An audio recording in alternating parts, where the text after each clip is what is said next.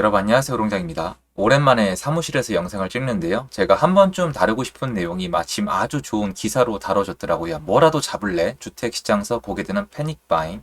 자, 여기 올라타서 지금 시장 갑니다 라고 할 게 전혀 아니고요. 다른 얘기 해드릴 거예요.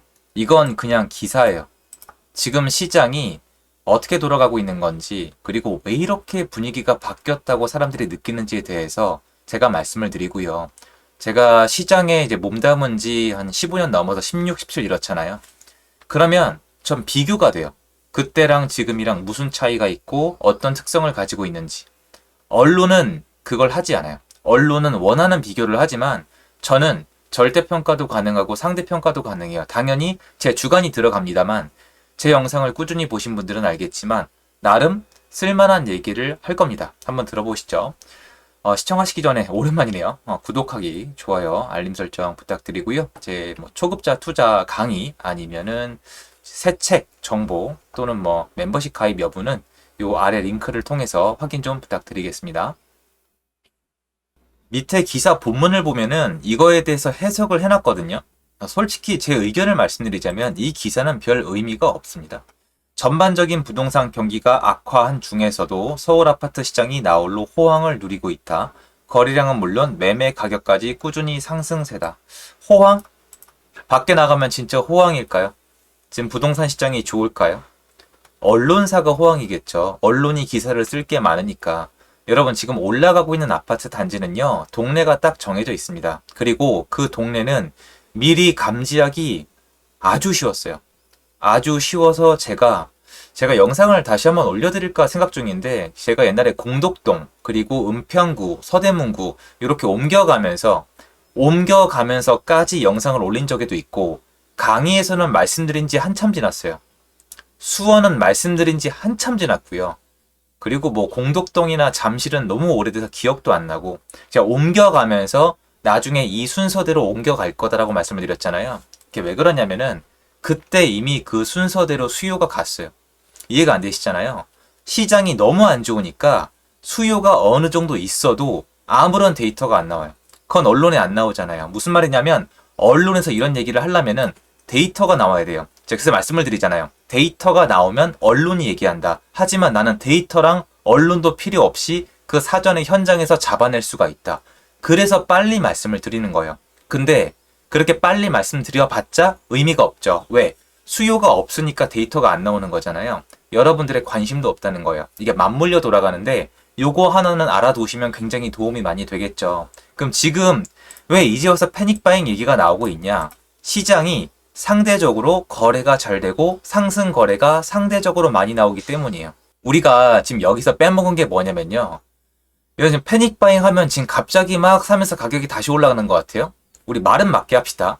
가격이 올라간 건 맞아요. 근데 그거는 그분의 주장이고 누군가의 입장에서 보면은 가격이 회복을 한 거죠. 급락을 했었잖아요. 22년도 7월 달에 시장이 아작이 났어요. 지옥장이었다고요. 전 IMF 터진 줄 알았어요. 그런데 하락을 했다가 일부 단지가 이제 정고점을 찾은 거잖아. 이제 정고점을 찾은 단지가 하나둘 나오고 있고 그 회복을 이제 시작하는 단지가 늘어나고 있고 이제 바닥을 다지고 있는 아파트가 있고 전세가도 같이 올라가는 아파트도 있고 전세가 아직 안 나가는 아파트도 있습니다.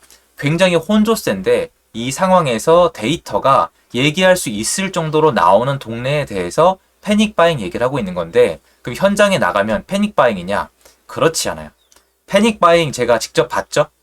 부동산 이제 폭등기, 노무현 정권 때, 문재인 정권 때 사실 박근혜 정권 때도 패닉바잉이 있었는데 좀 달라요. 왜냐면 패닉바잉이 뭐예요? 그냥 아무 생각 없이 사는 거잖아요. 박근혜 정권 때도 패닉바잉이 있었는데요. 근데 가격이 많이 움직이진 않았어요. 왜냐면 그분들이 투자자가 많았거든요. 여러 채 사는 거예요. 여러 채 사시는 분들은 은근히 올라가는 가격을 별로 안 좋아합니다. 근데 실수요자들은 올라가도 진짜 안 사긴 하시는데 올라가도 꼭 사야 되면 사요. 선택이 이거밖에 없으면 사는데 지금은 그 중에 무엇이냐? 지금은 그 중에서 이 정도면 사면 되겠다를 넘어서 이러면 나도 살래 정도까지예요. 내 집 마련을 처음 하시는 분들 그리고 옮겨 타기 일부까지만 지금 움직인 거고요.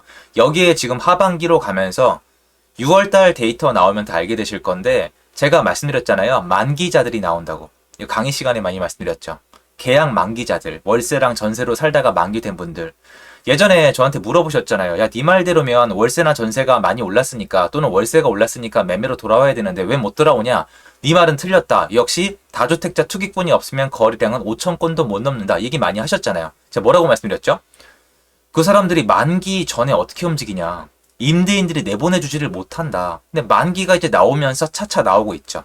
전월세 만기자, 그리고 내 집 마련하시는 분들, 이런 분들이 집을 사면서 이분들이 집을 사주면 옮겨 타기가 되기 시작하니까 제가 나중에 기사 뭐 나올 거라 그랬죠? 기다리고 있는 중인데 작년, 재작년에는 20대, 30대 주택 매수가 크게 늘었다. 왜? 명의가 있는 사람은 집을 못 사니까 뒤로 갈수록 어떻게 나온다? 30대, 40대, 거기서 40대, 50대가 집을 산다는 얘기가 나와야 돼요. 왜? 이 사람들은 갈아타기거든요. 갈아타기가 여태까지 안 된 이유는 기사에 정말 많이 나왔어요. 집이 안 팔리니까, 마침 황정민 씨 기사 나오더라고요. 집이 안 팔리니까 갈아타기가 안 되잖아요. 시장이 꽉 막혀 있단 말이에요. 지금은 패닉 바잉을 할 수 있는 분위기가 아니에요. 대출도 잘 안 나오고요. 여러 채를 살 수도 없고요. 웬만한 동네 아니고서는 특정 동네는 있어요. 거래가 엄청나게 터지는 동네가 진짜 지금도 있는데 거기는 패닉 바잉 같은 모습을 보이지만 과거 패닉 바잉에 비하면 그거는 아니에요. 살 수 있는 사람들이 매수를 하기로 한 김에 이번에 결정을 한 거고, 그분들 중에서 잠재 수요 중에서 이대로 가면 계속 올라간다고 느낀 분들이 좀 서둘러서 사신 거예요. 그래서 좀 죄송한 얘기인데 상당히 경제력이 뒷받침되는 분들이 아니고서는 올라간 호가를 따라가지 않아서 비슷하게 거래량이 많이 터진 단지가 전국에 있거든요. 근데 걔네 가격 하나도 못 올라간 단지도 있고 가격 요만큼 올라간 단지도 있어요.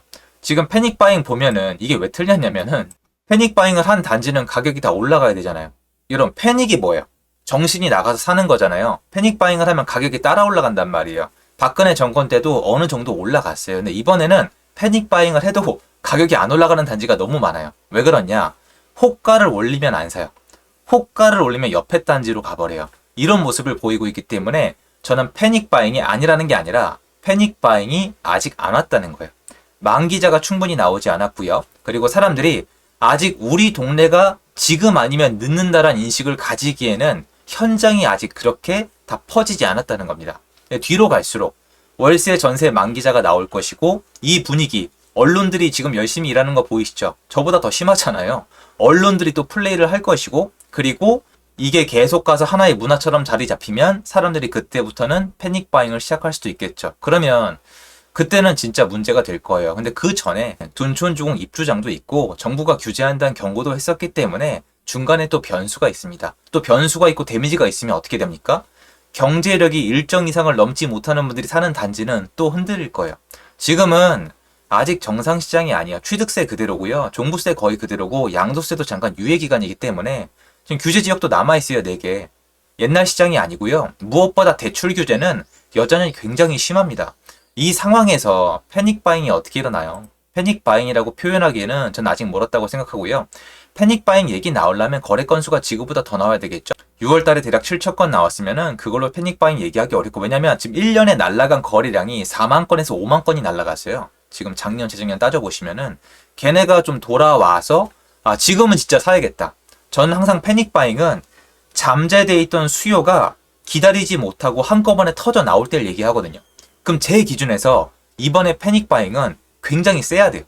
굉장히 세서 시중에 남아있던 급매물을 완전히 날려버리면서, 아직 못 날린 단지 많아요. 근데 전국적으로 평타를 내면은 많이 좋아진 건 팩트예요. 전국적으로 다 좋아졌어요, 시장. 너무 안 좋다가, 그러니까 이거예요. 너무너무 안 좋다가 너무너무 안 좋다. 또는 너무너무 안 좋다가 너무 안 좋다. 또는 너무 안 좋다 했다가 안 좋다. 안 좋다 했다가 쏘쏘하다. 쏘쏘하다가 괜찮다. 말장난아서 죄송한데 이걸 좀 느끼셔야 돼요. 전국적으로 다 흐름이 다른데 지금 서울 일부 단지가 패닉 바잉처럼 보이는 시기가 왔다는 거죠. 근데 이분들은 지금 상황을 그렇게 판단을 하신 거예요. 사야겠다. 이거라도 사야겠다. 고기가 된 거고, 여러분도 요거를 좀 참고를 하셔야 돼요. 정고점을 찾은 단지가 많잖아요. 과연 그 정고점을 찾은 그 흐름이 옆으로 퍼질까 안 퍼질까, 이게 지금 시장의 정말 포인트가 아닐까. 그래서 면밀히 검토를 해봐야 되는 겁니다.